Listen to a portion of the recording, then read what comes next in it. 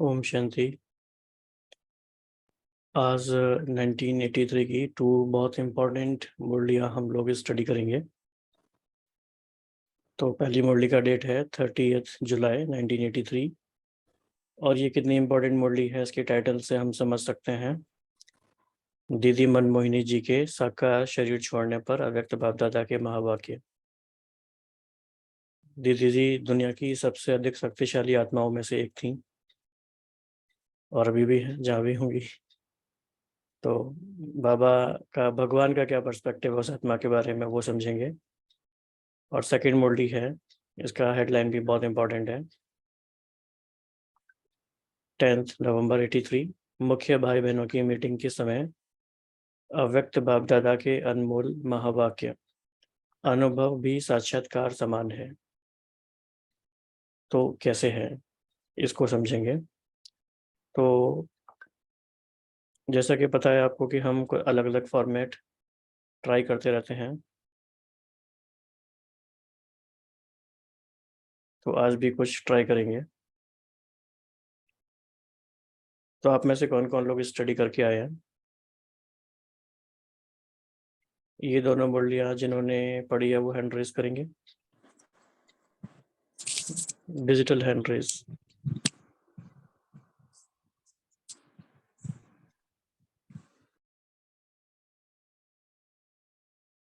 दोनों मुरलियाँ कौन कौन पढ़कर आए हैं? थोड़ा सा भी पढ़ा है तो भी चलेगा। ओके 1। और किन्होंने पढ़ा है? डिजिटल हैंड रेज कैसे करते हैं?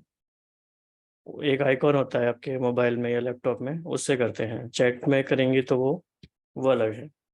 जैसे आप देख रहे हैं ना मेंबर्स का, ये बीके रीना, पहले वैशाली जी ने किया। ओके, और कौन पढ़कर आया?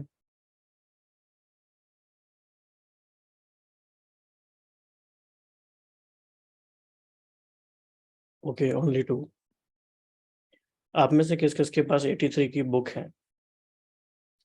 अव्यक्त मुरलियों की जो कंपाइलेशन है वो किस किस के पास है?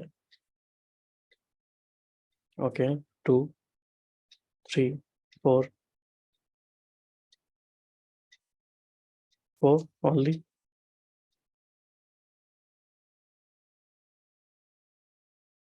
ओके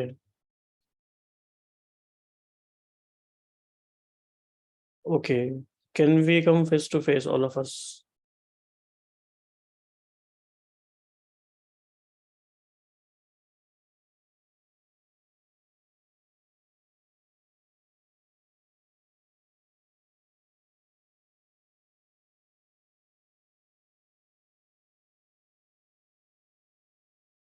आप सोचिए, अगर हम पढ़ के ही नहीं आए हैं तो फिर एक्टिविटी जो होगी वो कैसे होगी? तो आप अगले अगली बार से पढ़ के आएंगे? ओके, तो फिर आज पहले तो पढ़ना ही पड़ेगा, पहले पढ़ लेते हैं। तो पढ़ने के लिए कौन वॉलंटियर करेंगे? 2 पैराग्राफ, मतलब हम शेयर करेंगे पीडीएफ, आपको जस्ट पढ़ना है। कौन करेंगे?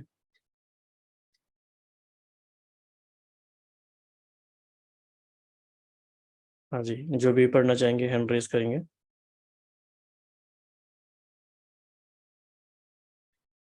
बाबा क्या कहते हैं, जो उठे सो अर्जुन, ऐसा?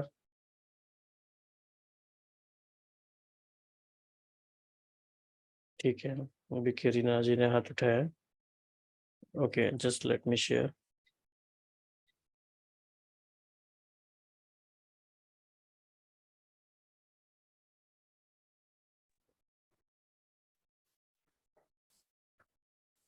हाँ जी,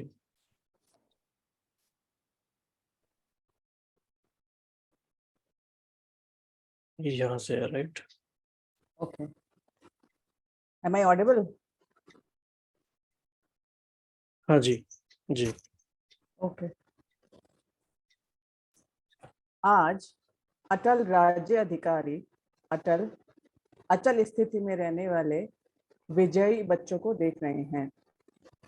अभी से अटल बनने के संस्कारों के आधार पर अटल राज्य की प्रारब्ध पाने के लिए पुरुषार्थ में कल्प कल्प अटल बने हो।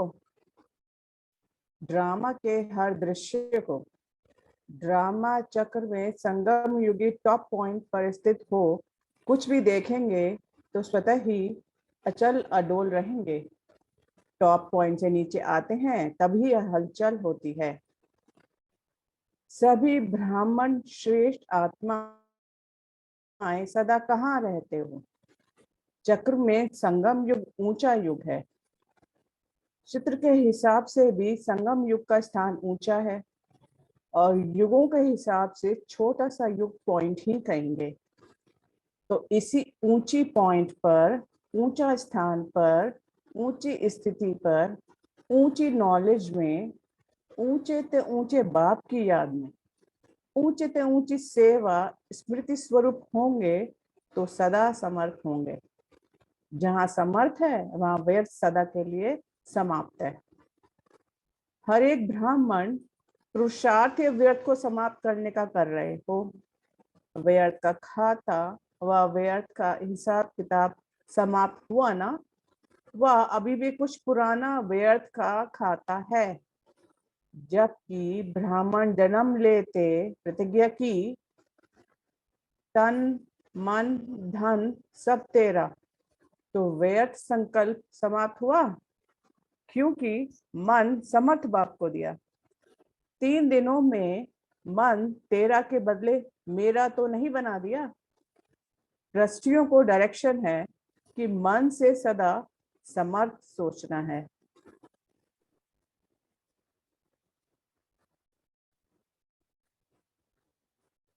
तो व्यर्थ की मार्जिन है क्या? व्यर्थ चला, आप कहेंगे कि स्नेह दिखाया। परिवार के स्नेह के धागे में तो सभी बंधे हुए हो, यह तो बहुत अच्छा। अगर स्नेह के मोती गिराए तो वह मोती अमूल्य रहे, लेकिन क्यों क्या के संकल्प से आंसू गिराए तो वह व्यर्थ के खाते में जमा हुआ। स्नेह के मोती तो आपकी स्नेही दीदी के गले में माला बंद चमक रहे हैं। ऐसे सच्चे स्नेह की मालाएं तो दीदी के गले में बहुत पड़ी हैं, लेकिन 1% भी हलचल की स्थिति में आए, आंसू बहाए और वहां दीदी के पास नहीं पहुंचे। क्यों? वह सदा विजयी, अचल, अडोल आत्मा रही है और अब भी है। तो अचल आत्मा के पास हलचल वाले की याद पहुंच नहीं सकती, वह यहाँ की यहाँ ही रह जाती है। जी, तो बहुत ही इम्पोर्टेंट पॉइंट है, सभी ध्यान से सुन रहे होंगे। जी, और साथ में और कौन पढ़ना चाहेगा? और कोई आप आना चाहेंगे? कोई और हैंड रेज करेंगे जो भी पढ़ना चाहेंगे? हाँ जी, विनोद भाई जी।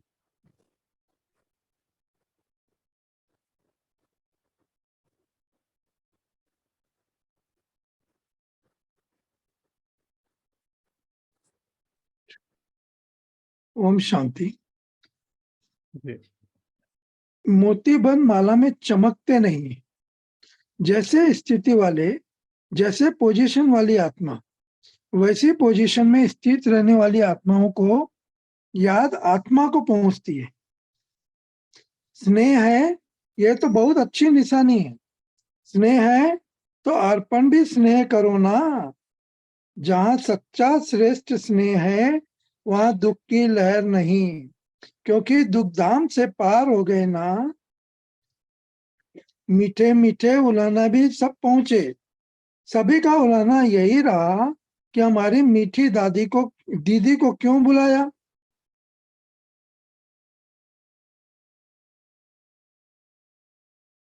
तो बाप दादा बोले, जो सबको मीठी लगती है वही बाप को भी मीठी लगेगी ना। अगर आवश्यकता ही मिठास की हो तो और किसको बुलाएं? मीठे ते मीठे को ही बुलाएंगे ना। तो आप लोग ही सोचते हो और बार बार पूछते हो कि एडवांस पार्टी की विशेष आत्माएं अब तक गुप्त क्यों? तो प्रत्यक्ष करना चाहते हो ना। समय प्रमाण कुछ एडवांस पार्टी की आत्माएं श्रेष्ठ योग्य बल की श्रेष्ठ विधि को आरंभ करने वाली श्रेष्ठ आत्माओं का आह्वान कर रही है। ऐसे आदि परिवर्तन के विशेष कार्य आदि काल वाली आदि रत्न आत्माएं चाहिए, विशेष योगी आत्माएं चाहिए जो अपने योग बल का प्रयोग कर सके। भाग्य विधाता बाप की भागीदार आत्माएं चाहिए। भाग्य विधाता ब्रह्मा को भी कहा जाता है। समझा क्यों बुलाया है? यह सोचते हो तो यहाँ क्या होगा, कैसे होगा? ब्रह्मा बाप अव्यक्त हुए तो क्या हुआ और कैसे हुआ देखा ना। दादी को अकेले समझते हो, वह नहीं समझती है, आप लोग समझते हो। ऐसे है ना? दादी की ओर इशारा किया। आपकी डिवाइन यूनिटी नहीं है ना, तो डिवाइन यूनिटी की भुजाएं नहीं है क्या? डिवाइन यूनिटी है ना। किस लिए यह ग्रुप बनाया है? सदा एक दो के सहयोगी बनने के लिए। जब चाहो जिसको चाहो सभी सेवा के लिए जी हाजिर है। इन दादियों की आपस में बहुत अंदरूनी प्रीति है, आप लोगों को पता नहीं है, इसलिए समझते हो अभी क्या होगा। एक दीदी ने यह साबित कर दिया कि हम सभी आदि रत्न एक हैं। दिखाया ना? तो ब्रह्मा बाप के बाद साकार रूप में 9 रत्नों की पूज्य आत्माएं सेवा की स्टेज पर प्रत्यक्ष हुई। वो 9 रत्न व 8 की माला सदा एक दो के सहयोगी है। कौन है 8 की माला? तो जो ओटे सेवा में वह अर्जुन अर्थात वह अष्टमाला है। तो सेवा की स्टेज पर अब अष्टरत्न 9 रत्न पाठ बजा रहे हैं, और पाठ बजाना ही अपना पाठ व अपना नंबर प्रत्यक्ष करना है। बाप दादा ऐसे नंबर नहीं देंगे, लेकिन पाठ ही प्रत्यक्ष कर रहा है। तो अष्ट रत्न है आपस में सदा एक दे के स्नेही और सदा के सहयोगी, इसलिए सदा आदि से सेवा के सहयोगी आत्माएं सदा ही सहयोग का पाठ बजाती रहेगी। हाँ जी। तो बाबा ने ओम जैसे कहा, जी थैंक यू भाई जी। तो बाबा ने कहा कि पार्ट बजाना ही अपना नंबर प्रत्यक्ष करना है। तो देखते हैं आज कौन कितने अष्टरत्न हैं हमारी सभा में।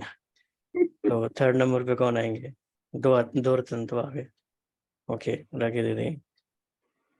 हाँ जी। जी, ओम शांति। बाबा ने कहा समझा, और क्या क्वेश्चन है? बताया क्यों नहीं, यह क्वेश्चन है। ड्रामा का विचित्र पाठ है। विचित्र का चित्र पहले नहीं खींचा जाता है, हलचल का पेपर अचानक होता है।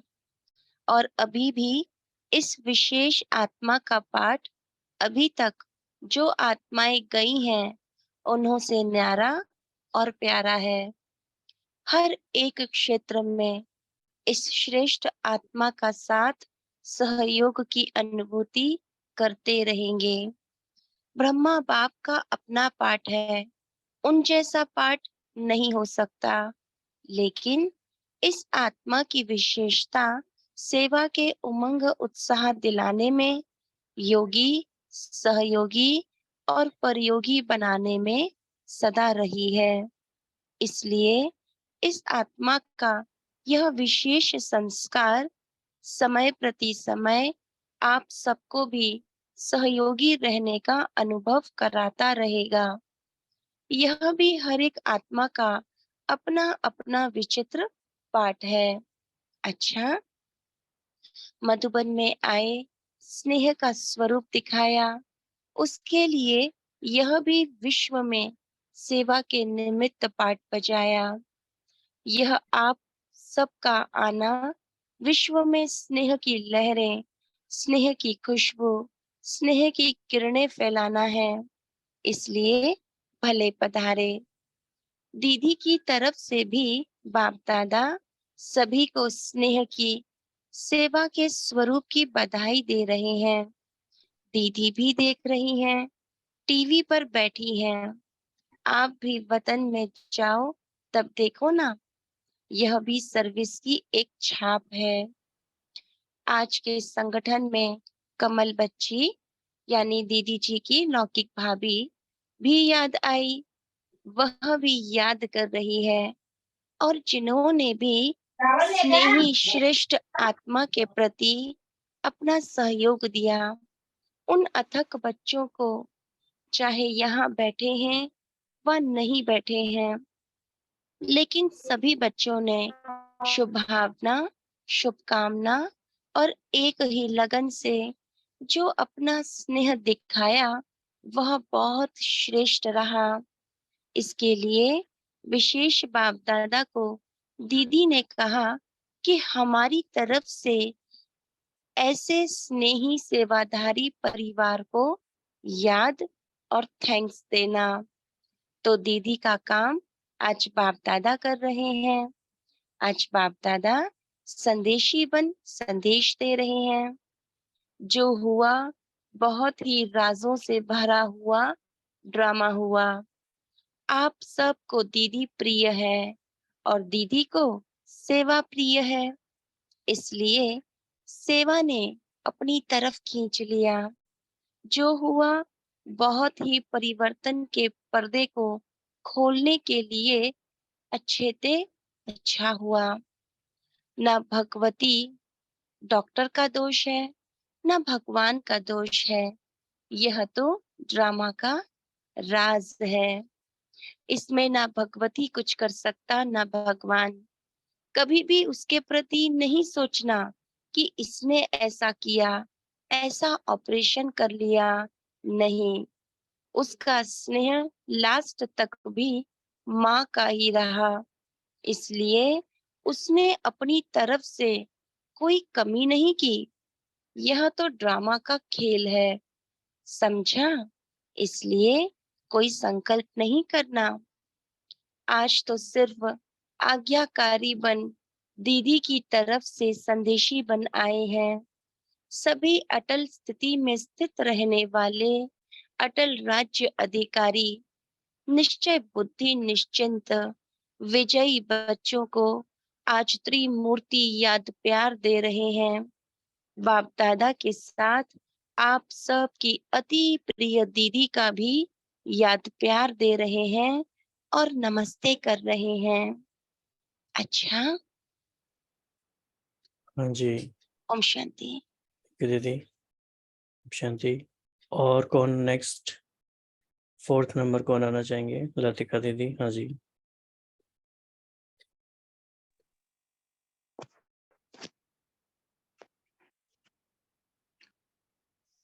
ओम शांति। आगे बाबा डिवाइन यूनिटी, आगे बाबा कहते हैं कि डिवाइन यूनिटी यहाँ आ जाए। जस्ट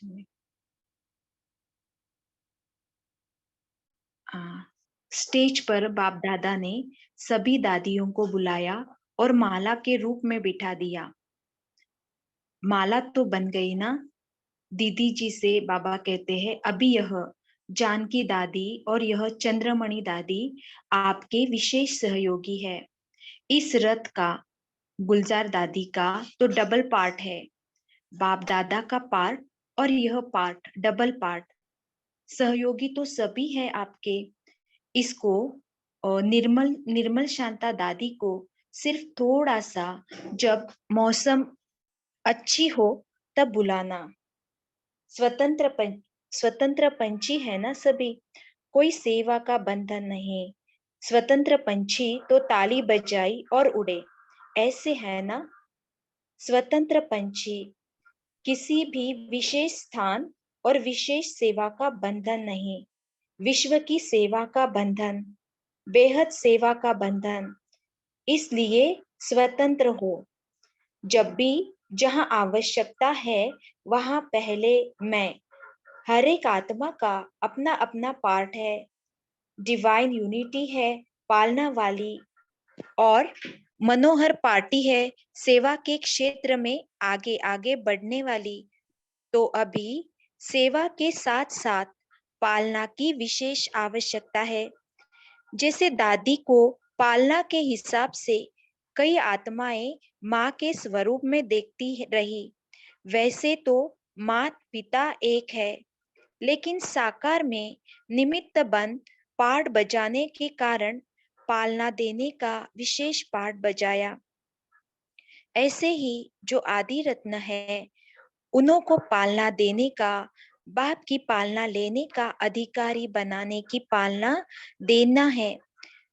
लेनी बाप की पालना है, लेकिन बाप की पालना लेने के भी पात्र तो बनाना पड़ेगा ना। तो वह पात्र बनाने की सेवा इस आत्मा ने अर्थात दादी जी ने बहुत अच्छी नंबर 1 की। तो आप भी सभी नंबर 1 होना। सेकंड माला में तो नहीं होना, पहली माला में होना। तो पहली माला वाले तो सभी नंबर 1 है। अच्छा, आगे बाबा कहते हैं पांडवों को भी बुलाओ। बाप दादा के सामने सभी मुख्य भाई स्टेज पर आए। तो बाबा कहते हैं पांडव भी आदि रतन होना, पांडव भी माला में है। ऐसे नहीं सिर्फ शक्तियां है, पांडव भी है। भाई जी नॉइस हो रहा है क्या यहाँ से? थोड़ा कोई नहीं, आवाज क्लियर। कोई बात नहीं, चलो कोई और पढ़ सकते हैं नेक्स्ट। हाँ जी, किसी ने हैंड रेज किया था पहले, नेक्स्ट कौन पढ़ना चाहेंगे? ओम शांति। हाँ जी। जी, आज मीठे बाबा ने कहा कि पांडव भी माला में हैं। ऐसे नहीं सिर्फ शक्तियां हैं, पांडव भी हैं। किस माला में अपने को देखते हो? वह तो हर एक आप भी जानते हो और बाप भी जानते हैं, लेकिन पांडव भी इसी विशेष याद माला में है। कौन है? कौन समझते हैं अपने को? बिन पांडवों के कोई भी कार्य सिद्ध नहीं हो सकता। जितनी शक्तियों की शक्ति है, वैसे पांडवों की भी विशाल शक्ति है। इसलिए चतुर्भुज रूप दिखाया है, कंबाइन। दोनों ही कंबाइंड रूप से इस सेवा के कार्य में सफलता पाते हैं। ऐसे नहीं समझना यही दादियां अष्टदेव हैं या यही नवरत्न है, लेकिन पांडवों में भी हैं। समझा? इतनी जिम्मेदारी का ताज सदा पड़ा रहे। सदा ताज पड़ा है ना, सभी एक दो के सहयोगी बने। यह सब बाप की भुजाएं हैं, वह साकार में निमित्त बनी हुई दादी की सहयोगी आत्माएं हैं। सदा एक हैं, यही नारा सदा ही सफलता का साधन है। संस्कार मिलाने की रास करने वाले सदा ही हर जन्म में श्रेष्ठ आत्माओं के संगठन में रास करते रहेंगे। यहाँ की रास मिलाना अर्थात सदा क्या पाठ बजाएंगे? सदा श्रेष्ठ आत्माओं के फ्रेंड्स बनेंगे, संबंधी बनेंगे, बहुत नजदीकी संबंधी। लेकिन संबंधी और मित्र के दोनों स्वरूप के साथी, मित्र के मित्र भी, संबंधी के संबंधी भी। तो निमित्त हो, यही दीदी की रूहान रही। तो सब पांडव और शक्तियां एक बाप की श्रीमत के गुलदस्ते में गुलदस्ता बने। दीदी से विशेष स्नेह है ना आप सबका? अच्छा, आज तो ऐसे ही मिलन मनाने आए हैं, इसलिए अभी छुट्टी लेते हैं। दादी जी ने बाप दादा के सामने भोग रखा तो बाबा बोले आज ऑफिशियल मिलने आए हैं, इसलिए कुछ स्वीकार नहीं करेंगे। पहले बच्चे स्वीकार करते हैं, फिर बाप। फिर तो सदा ही मिलते रहेंगे, खाते रहेंगे, खिलाते रहेंगे। लेकिन आज दीदी के संदेशी बनकर आए हैं। संदेशी संदेश देकर चला जाता है। दीदी ने कहा है दादी से हाथ मिलाकर आना। बाप दादा ने दादी जी को हाथ दिया और वतन में उड़ गए। थैंक यू बाबा। ओम शांति। तो हम सब ने एक बहुत ही ये विशेष मुरली सुनी, और आप सबको पता होगा कि ये शायद सबसे पहली अव्यक्त मुरली है जिसका वीडियो YouTube पे अवेलेबल है, ओरिजिनल मुरली का। आप में से किसी ने देखा है वो? YouTube पर बाप दादा का ओरिजिनल वीडियो है ये, और आई थिंक सबसे पुराने से पुराना ओरिजिनल वीडियो यही है, 83 का। किसी ने देखा है? देखना चाहते हैं?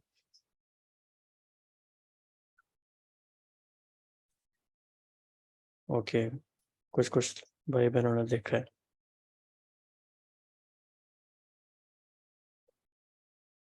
ओके, तो अभी हम थोड़ा सा इस पे रिफ्लेक्शन करेंगे बल्कि सभी।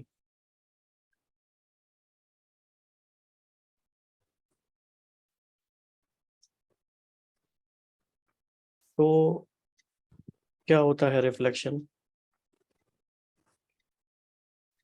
रिफ्लेक्शन हम किसे कहेंगे? तो रिफ्लेक्शन पर रिफ्लेक्शन करते हैं। मतलब मेरे लिए इसमें हाँ क्या जी। है, मुझे इसमें क्या मिल रहा है जो मेरे लिए इसमें जी, इम्प्रूवमेंट के लिए फायदा है इसमें? राइट। भाई जी, जी, ओम शांति। आज की मुरली में बाबा ने एक्चुअली संस्कार मिलन के ऊपर और संगठन के ऊपर और सेवा की सफलता के बारे में, ये तीन विषय को पकड़ के पूरी मुरली चलाई है। और चौथा विषय जो था वो था ड्रामा के बारे में, कि डॉक्टर की भी गलती नहीं है, वो ड्रामा की भावी थी। वो डॉक्टर ने तो पूरा प्रयत्न किया, मगर वो जो होना था उस हिसाब से हुआ, ये कहा। और संस्कार मिलन के बारे में बाबा ने बहुत सुंदर बात बोली है कि नहीं हम अभी, अपने हाँ जी, लेकिन अभी प्रश्न सिर्फ ये है कि रिफ्लेक्शन किसे कहेंगे, ताकि सबको थोड़ी थोड़ी इसकी क्लैरिटी आती जाए कि क्या है चिंतन मनन का मतलब क्या है, रिफ्लेक्शन का मीनिंग क्या है। तो जो भी शेयर करना चाहे कर सकते हैं। इसमें बाबा का पर्सपेक्टिव क्या है? ओके जी।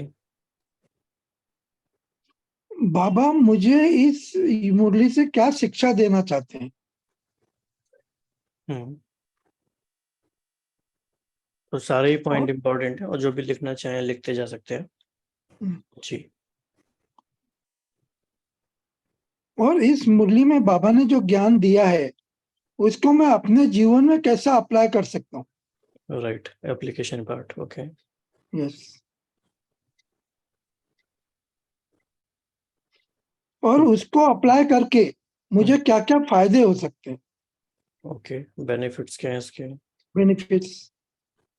और सेवा कैसे और बेटर करी जा सकती है?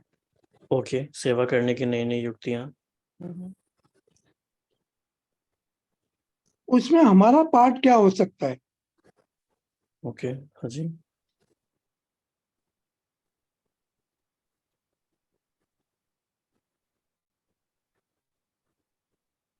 और आदि रत्नों से जो उनकी विशेषताएं हम सुन रहे हैं, उस विशेषताओं को हम अपने जीवन में कैसे धारण कर सकेंगे। राइट,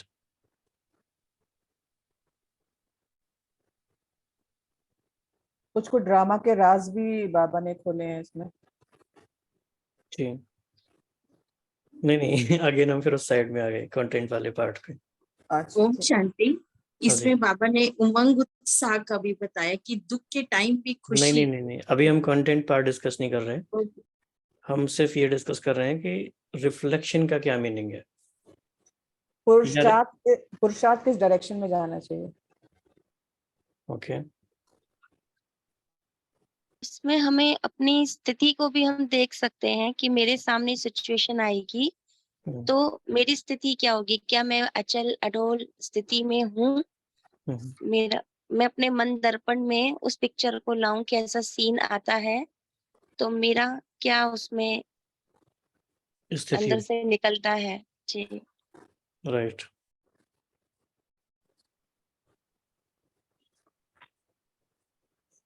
इस बेहद के ड्रामे में मुझ ब्राह्मण आत्मा का क्या विशेष रोल है? ओके।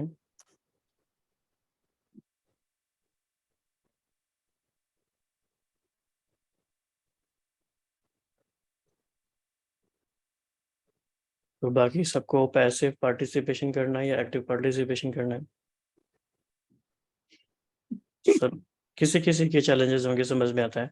कोई किचन में होंगे या कि कोई अपने घर में बहुत सारे लोगों के साथ बैठे होंगे, दैट्स ऑल राइट। लेकिन जो लोग भी शेयर कर सकते हैं वो जरूर शेयर करें, कि what do you mean by churning? Please.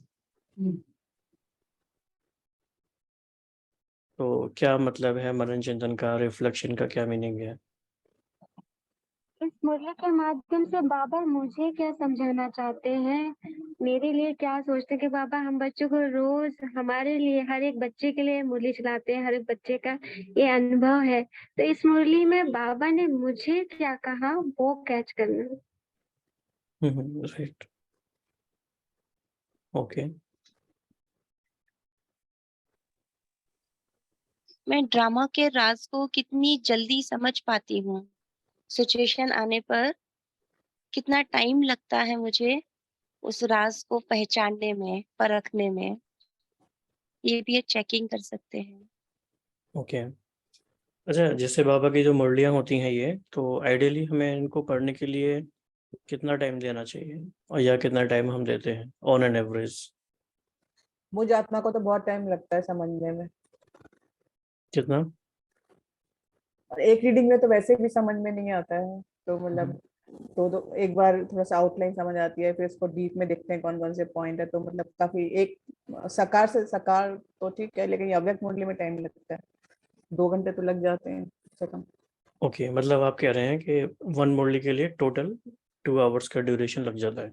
हाँ मिनिमम, मतलब अगर कई बार ज्यादा भी लग जाता है, मतलब डिपेंड्स की हम्म कितनी गहराई है उसके अंदर, क्योंकि अगर ज्यादा ही सोचने लग जाएंगे तो पूरा दिन ही निकल जाएगा उसमें। हम्म भाई जी, जी। मेरा अनुभव ये रहा है कि अव्यक्त वाणियों को हम जितना गहन चिंतन करते हैं उतना उसकी गहराई मिलती जाती है, और फिर उसमें इतना रम जाते हैं ना कि फिर टाइम का भान नहीं होता। अगर कोई मुरली ठीक है स्मूथ चल रही है तो 2 घंटे में हो जाएगी, मगर किसी किसी में अगर गहन पॉइंट्स मिल गए तो वो इतना आनंद देते हैं कि आपको मन और अंदर जाने का मन करता है, और जितनी बार आप उसमें जाते हैं आप उसको और कुछ गहराई मिलती है। ये मेरा अनुभव रहा है। तो 2 तरीके हैं, जैसे कि दिन भर में हमारे बहुत सारे काम चलते हैं, कुछ कुछ हम कर रहे होते हैं, तो उसके बीच बीच में हम मुरली पढ़ रहे हैं, या पूरे दिन में हम मुरली पढ़ रहे हैं, बीच बीच में कुछ काम कर रहे हैं?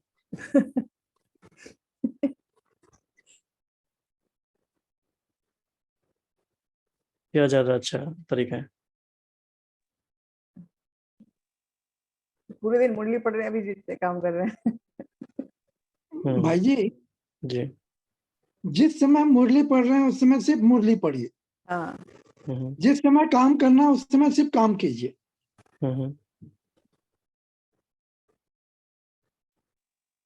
शांति भाई जी, जी। मैं बाबा का जो जितना अव्यक्त मुरली आता है उसमें पहले नोटिस करती हूँ कौन सा प्रैक्टिकल एप्लीकेशन में हमारा आता है, उसको फर्स्ट पॉइंट्स में देखती हूँ। और क्या बाबा ने सुझाव दिया है कि उस कोई प्रैक्टिकल प्रॉब्लम आता है तो उसको कैसे सॉल्व करें, बाबा वो भी कहते हैं। तो वो पार्ट्स को मैं पहले अलग करती हूँ, देखती रहती हूँ, उसको ऑब्जर्व करती हूँ। उसके बाद बाकी पूरा और क्या क्या दिया हुआ है नया नया नॉलेजेस के हिसाब से, ज्ञान के हिसाब से वो देखती हूँ। मेरा पहला अव्यक्त मुरली का फर्स्ट पॉइंट रहता है कि कैसे मैं प्रैक्टिकली अप्लाई करूँ, सीखूं कैसे, नहीं होता है। ओके। तो ये एक रिफ्लेक्शन है कि चेकिंग फॉर प्रैक्टिकल एप्लीकेशन। जैसे बाबा ने, शांति, हाँ जी जी जी बताइए। जैसे बाबा हर बार मुरली में बोलते हैं कि मैं इन बच्चों को देख रहा हूँ। इस वाणी में बाबा ने कहा कि मैं अटल अचल स्थिति में रहने वाले विजयी बच्चों को देख रहा हूँ। तो थोड़ी देर हम यदि इसी स्थिति में रुक जाएं कि बाबा किस बच्चे को देख रहे हैं, यानी मेरे उस स्वरूप को देख रहे हैं, और मुझ में वो है, वो मैं हूँ ऑलरेडी, वो स्वरूप में अपने आप को महसूस करना, स्थित कर लेना, उसमें टिक जाना, और फिर हम मुरली में जब आगे बढ़ते हैं तो उसका रस आने लगता है। फिर लगता है बाबा से हम कनेक्ट हो पाते हैं, क्या बाबा कहना चाहते हैं।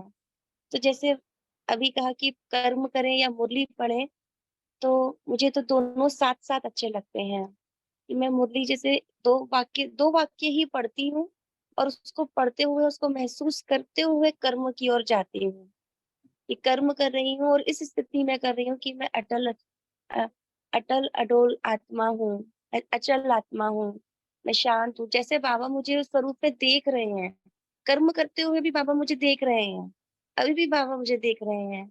उस स्वरूप में टिकते हुए मैं कर्म कर रही हूँ, तो कर्म का भी बहुत आनंद आता है और वो मुरली की भी गहराई बनी रहती है। जी। तो बाबा जैसे बाबा ने कई सारी बातें बताई हैं मनन के बारे में। एक तो ये है कि बाप का खजाना, आपका खजाना कब बनता है, ये गहरा पॉइंट है ये भी। तो मनन करने से, ना कि रीडिंग करने से। रीडिंग करके अगर हम कई बार खुश हो जाएं और हम समझें कि आज की हमारी टू डू लिस्ट हो गई, तो थोड़ा सा फ़ायदा तो होता है, क्योंकि इतनी श्रेष्ठ चीज़ है तो थोड़ा सा समय लगाते हैं, फ़ायदा होता है।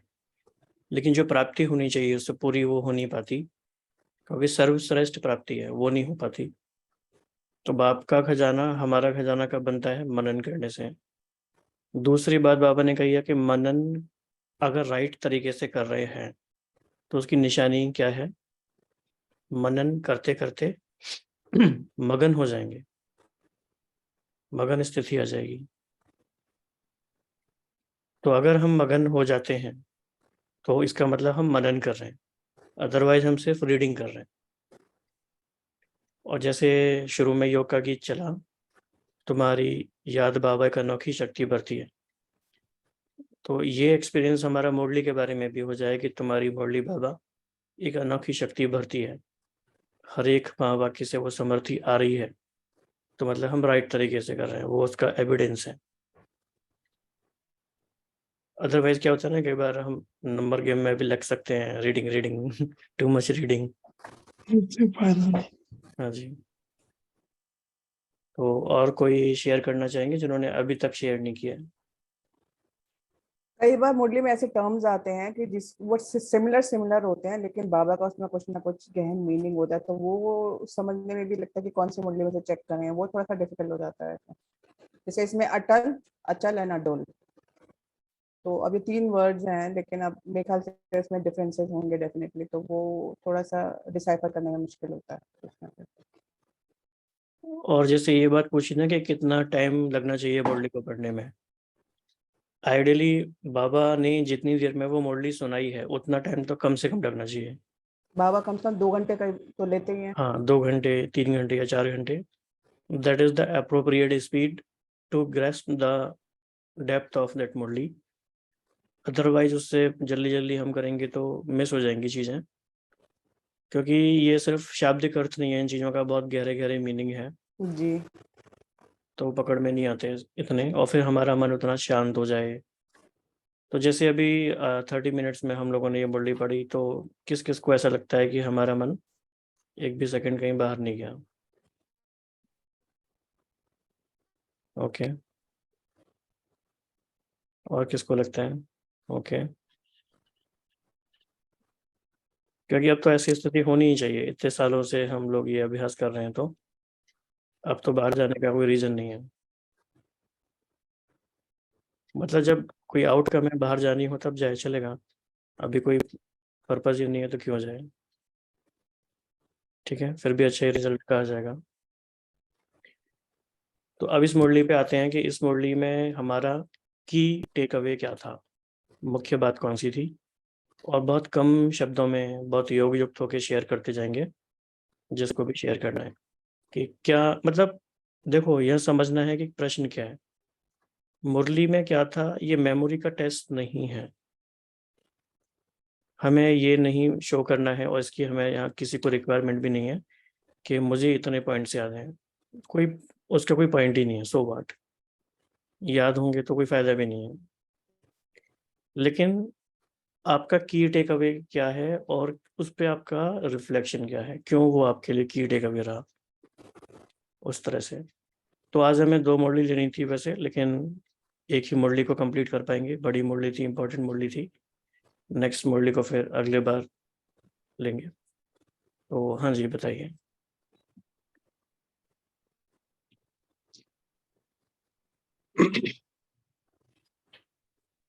ओम शांति।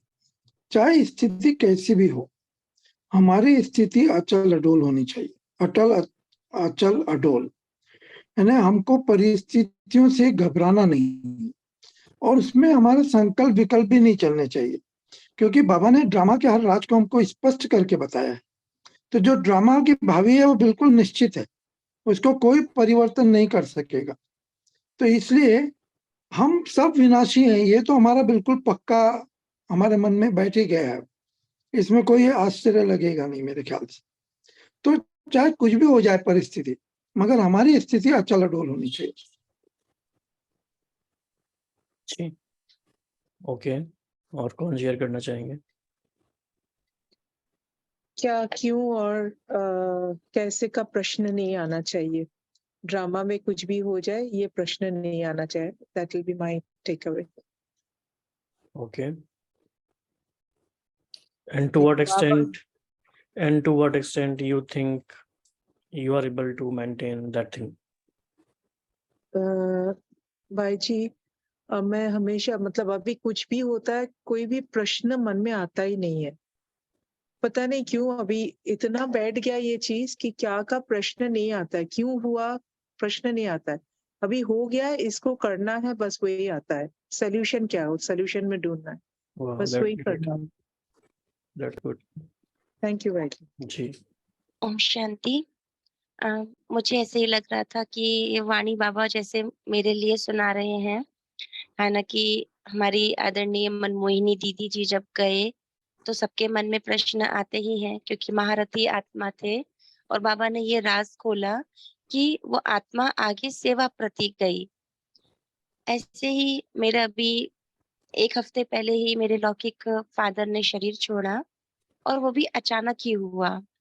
उनका ऑपरेशन था और वो बहुत अच्छी स्थिति में थे, अच्छी स्थिति में बात कर रहे थे और बहुत कॉन्फिडेंट थे कि मैं ठीक होकर के ही आऊँगा।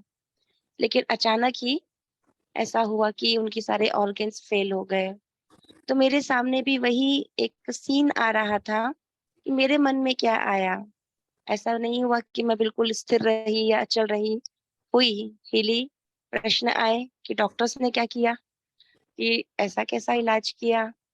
तो जैसे बाबा ने कहा कि ना भगवती कुछ कर सकते थे, यानी डॉक्टर कुछ कर सकते थे, ना भगवान, क्योंकि ये ड्रामा का राज है। तो वो आत्मा भी उस समय अचल अडोल स्थिति में ही गई और उसकी भी जब मेरे मन में प्रश्न आया तो उस आत्मा की भी यही आवाज आई कि ये तो होना ही था। तो हर एक बात के पीछे एक राज है। ये फील हो रहा है कि बाबा कैसे वो सीन हमको दिखा रहे हैं। छोटी-छोटी जब हम स्थित बातों में हमारे जीवन में जो हो रही हैं, हम कितना उसमें अचल रह पाते हैं या हमारे अंदर प्रश्न नहीं आते हैं, ये हमें बहुत सेल्फ चेकिंग की ज़रूरत है। क्योंकि बड़ी बात जब आती है, तब प्रश्न हम नहीं कह सकते कि बिल्कुल नहीं आते, आते हैं। लेकिन हमें अपने आप को बहुत ज़्यादा अब बारीकी से देखने की ज़रूरत है कि हम दिन भर में सूक्ष्मता से अपने संकल्पों में भी किसी आत्मा के प्रति, किसी सीन के प्रति क्या कहीं क्यों क्या कर रहे हैं। हम बोल रहे हैं कि हम ज्ञानी हैं और हमारे अंदर नहीं आते, लेकिन फिर भी हमें बहुत गहराई से चेकिंग की ज़रूरत है। और यदि हम बोल रहे हैं कि नहीं आते तो भी लगता है कि नहीं, ये ईमानदारी नहीं है।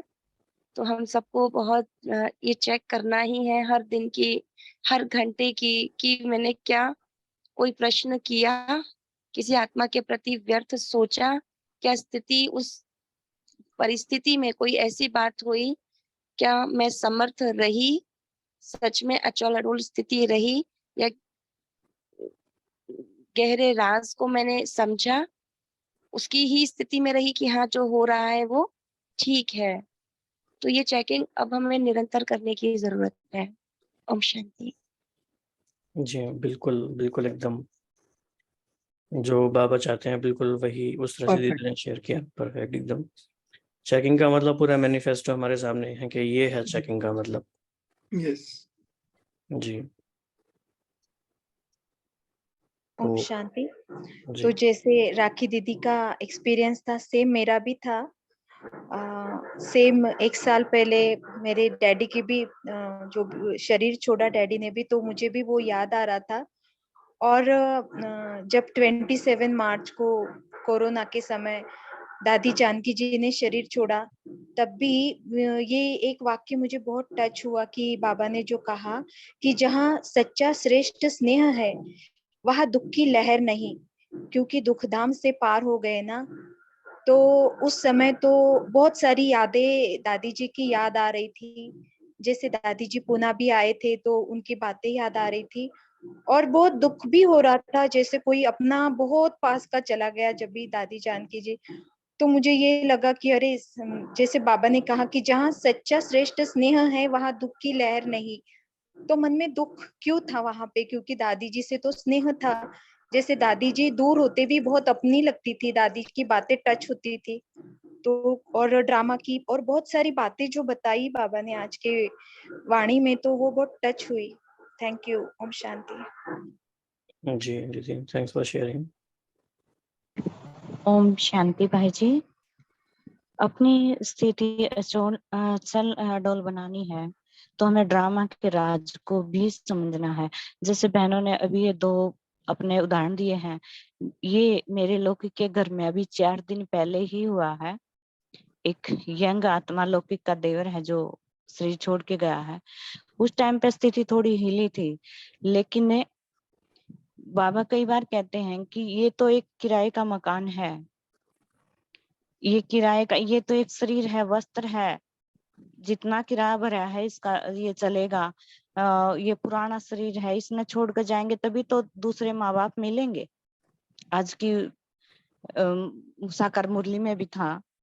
तो उस राज को समझते हुए और ड्रामा का ये जान के कि अपनी स्थिति अचल अडोल बनानी है, तो अपने को साक्षी दृष्टा होके देखा है।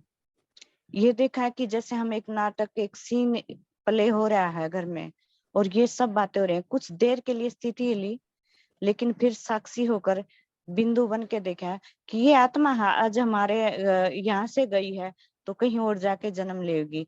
स्थिति अचल अडोल बनाना थोड़ा मुश्किल तो हो जाता है कई बार, लेकिन बाबा की याद में सब हो जाता है, हिलती नहीं है बिल्कुल भी। ओम शांति बाई जी। जी, अचल अडोल के अलावा और भी पॉइंट्स थे इम्पोर्टेंट मुरली में आज। ओम शांति। हाँ जी, इससे रिलेटेड भाई जी, अचल अडोल स्थिति को रिलेटेड संस्कार मिलन भी जो है वो भी बिल्कुल उससे रिलेटेड ही पॉइंट है। क्योंकि संस्कार मिलन करने के लिए हमको हर एक के संस्कारों के राजों को भी जानना जरूरी है। क्योंकि कोई भी आत्मा जो बर्ताव करती है उसके पीछे भी बहुत से राज होते हैं, उसके अपने कुछ अनुभव होते हैं, जिस अनुभवों के कारण वो वैसा बिहेव करता है। तो हमको उसकी सूक्ष्मता में जाके उसको भी समझना जरूरी है, तभी हम उसके संस्कारों को समझ सकेंगे और हम उससे मिलाप करके हम उसको भी शक्ति देते हुए आगे बढ़ सकेंगे। जी। तो कुछ और ओम पॉइंट्स शांति थे। भाई जी। हाँ जी, ओम शांति भाई जी। ओम शांति। जैसे कि अभी दीदी ने सुनाया भाई जी, बिल्कुल भी आसान नहीं है अपनी स्थिति को जैसे देखना कि हम कितने अचल अडोल हैं। ऐसी स्थिति में मतलब हलचल तो होती है, और जैसे मतलब दूसरे बहन भाइयों के साथ ऐसा होता है तो उनको समझाना थोड़ा सहज होता है, लेकिन जब खुद से आती है ना तो थोड़ा मुश्किल होता है कि कैसे समझाएं। फिर भी जब बाबा ने समझाया है तो उस पॉइंट को भी जब हम लेते हैं और आत्मा की स्थिति में जब स्थित होते हैं और इस राज को समझते हैं कि नहीं, मैं कौन हूँ, मैं एक आत्मा हूँ। और ये तो एक मतलब जैसे बाबा कहते हैं ना कि कपड़े बदलते हैं, शरीर एक कपड़ा ही तो है, तो ये बदलना है, बस यहाँ से जाएगी दूसरे शरीर में प्रवेश कर जाएगी। तो इस चीज को जब हम समझते हैं ना तो थोड़ा आसान हो जाता है कि नहीं, ये तो कहीं नहीं गई, लेकिन इस शरीर से गए, लेकिन हमारा यहाँ से तो इनका रिश्ता खत्म हो गया, लेकिन आत्मा है वो दूसरे शरीर में जा रही है। थोड़ा ये सोच के फिर अच्छा लगता है कि चलो कोई बात नहीं, हम इनको दुआएं दें, जो यहाँ नहीं मिला इनको वो अगले जन्म में उनको सब कुछ मिले। तो ये एक बहुत अच्छा लगता है। लेकिन जैसे दीदी ने कहा कि हलचल वाला, वो भी एक मेन पॉइंट है अपनी स्थिति को देखने का कि मैं कितनी अचल अडोल रह सकती हूँ। अब यहाँ ही हमें अभ्यास बहुत अभ्यास करना है कि मैं कितना अचल अडोल रह सकती हूँ, लेकिन नहीं करते हैं तो वही हलचल हमें बहुत सताती है। ओम शांति।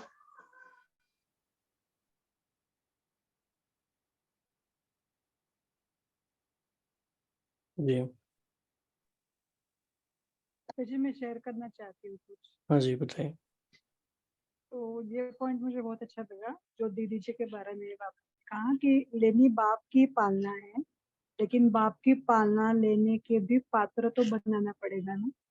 तो ऐसे कई सारी आत्माएं रहती है हमारे इर्द गिर्द जो बाप की पालना लेने के योग्य हमें बनाती है।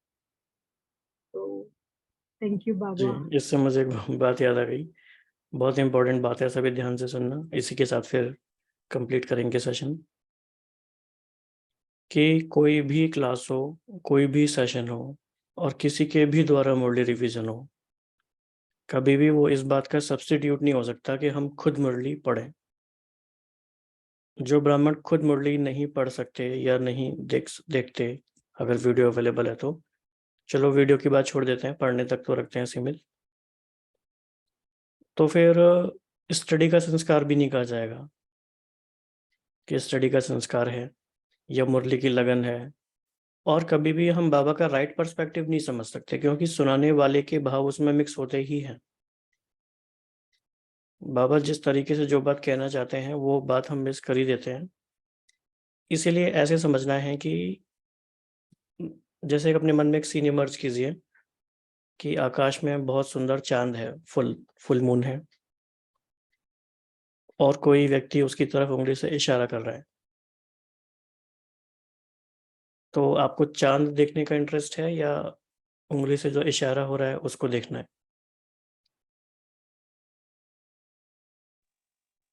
चांद देखने का। तो यही सोचना है कि क्या हम चांद देख रहे हैं या सिर्फ हम सबके इशारे को देख रहे हैं। इशारा भी इम्पोर्टेंट है, क्योंकि तब शायद पता चला कि चांद भी है। लेकिन ऐसा तो नहीं है कि हम सिर्फ इशारे में ही हैं। और क्यों ना हम भी इशारा करने वाले बन जाए। भाई जी, जी। एक चीज, मैं आज पहली बार ये 83 की मुरली में रिवीजन में जुड़ा हूँ।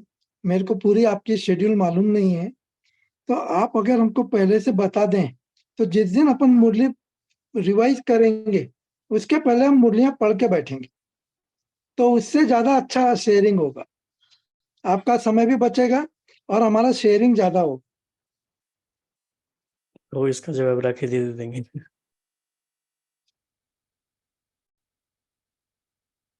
क्योंकि ये शेड्यूल तो पहले से भेज दिया जाता है ग्रुप में, वो मैसेज आता है। तो आपको ये मैसेज कैसे नहीं मिला वो दीदी बताएंगे। नहीं नहीं नहीं मिला, आपने अव्यक्त भेजा मुरली होगा। मंथन में भाई जी, अव्यक्त हाँ, मुरली मंथन में ये मैसेज आता है। हर फ्राइडे को हम कर रहे हैं अच्छा और सीक्वेंस से चल रही है। अच्छा 1983 की अव्यक्त वाणी, तो आज जो वाणी हुई है हाँ 30/7/83 की, इसके बाद जो नेक्स्ट वाणी है वो हम नेक्स्ट फ्राइडे को लेंगे, ठीक, है ना। शुक्रिया तो शुक्रिया भाई जी और दीदी कभी दोनों। कभी बीच पे कभी हम बाहर होते हैं तो थोड़ा गैप हो जाता है, नहीं वो लेकिन ठीक है, चीजें उसका वो कोई प्रॉब्लम नहीं, कंटिन्यूशन में है।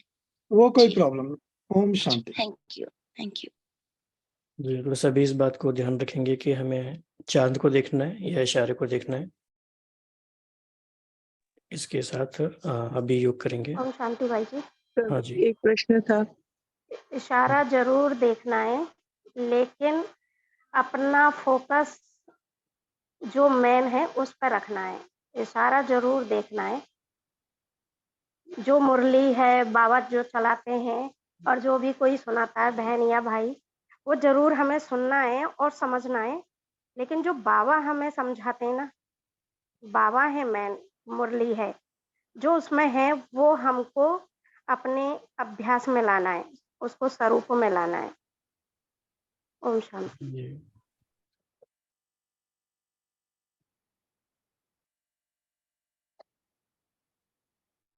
और एक मुख्य पॉइंट था, व्यर्थ का खाता खत्म करना है। जी।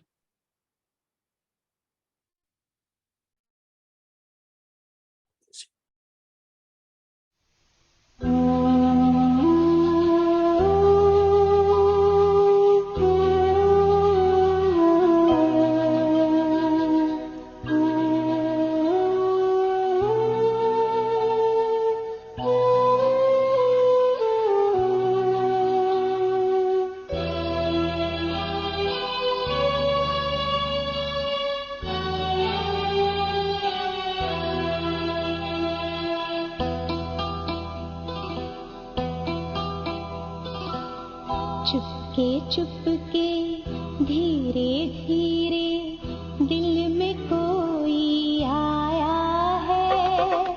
चुपके चुपके धीरे धीरे दिल में कोई आया है। जैसे उतरा चांद गगन से मन में वो मुस्काया है। मन में वो मुस्काया है। चुपके चुपके धीरे धीरे दिल में कोई आया है। जैसे उतरा चांद गगन से मन में वो मुस्काया है। मन में वो मुस्काया है।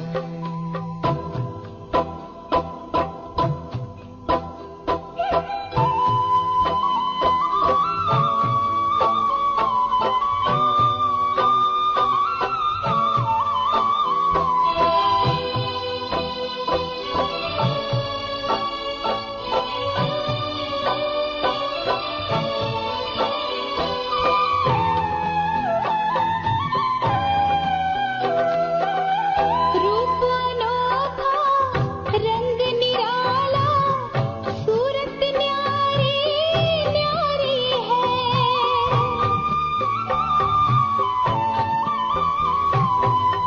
रूप अनोखा रंग निराला सूरत न्यारी न्यारी है।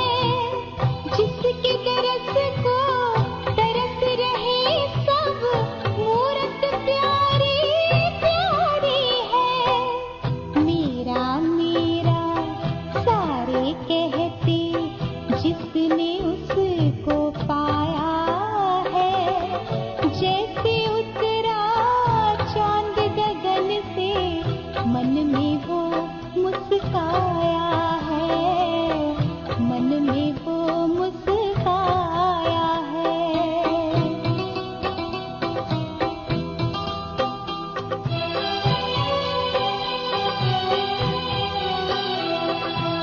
निर्मल निर्मल किरणों ने है हर लिया है हर अंधियारा।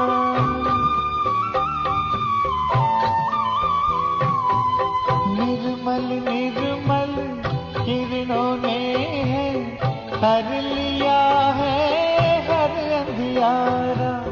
चैन अमन की चांदनी बिखरी उजियारा ही है उजियारा। सारा खेल रचा कर उसने अपने आप छिपाया है। जैसे उतरा चांद गगन से मन में वो मुस्काया है। मन में वो मुस्काया है। चुपके चुपके धीरे धीरे दिल में कोई आया है। चुपके चुपके धीरे धीरे दिल में कोई आया है।